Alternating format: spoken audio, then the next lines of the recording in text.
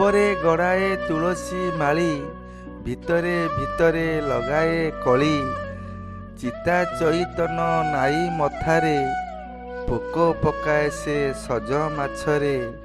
ଜାଣିଛି ଯିଏ, ହାତେ ମାପି ଚାଖଣ୍ଡେ ଚାଲେ ସିଏ।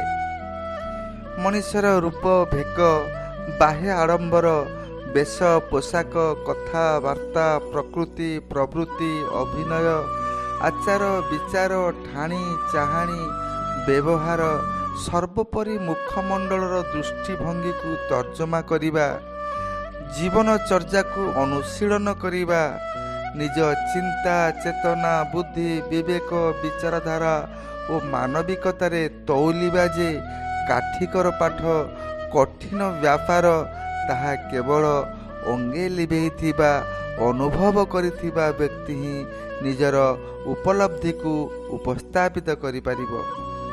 କାରଣ ଭଦ୍ରତାର ଖୋଳପା ଭିତରେ କୁତ୍ସିତ କଦାକାର ହୀନମନ୍ୟତା, ନୀଚ ଦୃଷ୍ଟିଭଙ୍ଗୀ ପୋଷଣ କରୁଥିବା ବ୍ୟକ୍ତିବିଶେଷକୁ ସମାଜରେ କେଉଁ ସ୍ତରରେ ବିବେଚନା କରାଯାଏ ସେ ବିଷୟରେ ମତ କିମ୍ବା ମନ୍ତବ୍ୟ ଦେବା ସମୀଚୀନ ନୁହେଁ।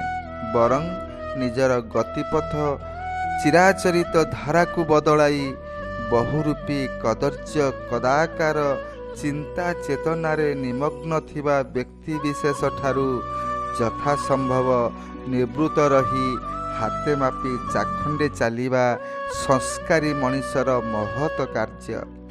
ତାହେଲେ ଆଜି ପାଇଁ ଅଳ୍ପ କଥାକୁ ଏଇଠାରେ ରଖୁଛି।